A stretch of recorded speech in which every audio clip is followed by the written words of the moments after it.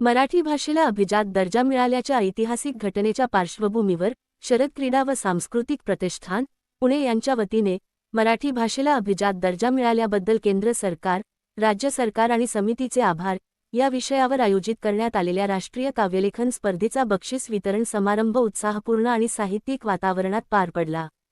कार्यक्रमाच्या प्रारंभी सभागृहात उपस्थित साहित्यप्रेमी, कवी, रसिक व मान्यवरांच्या साक्षीने सुप्रसिद्ध निवेदिका स्नेहल येवला यांनी सादर केलेल्या भावपूर्ण सरस्वती स्तवनाने कार्यक्रमाची मंगलमय सुरुवात झाली।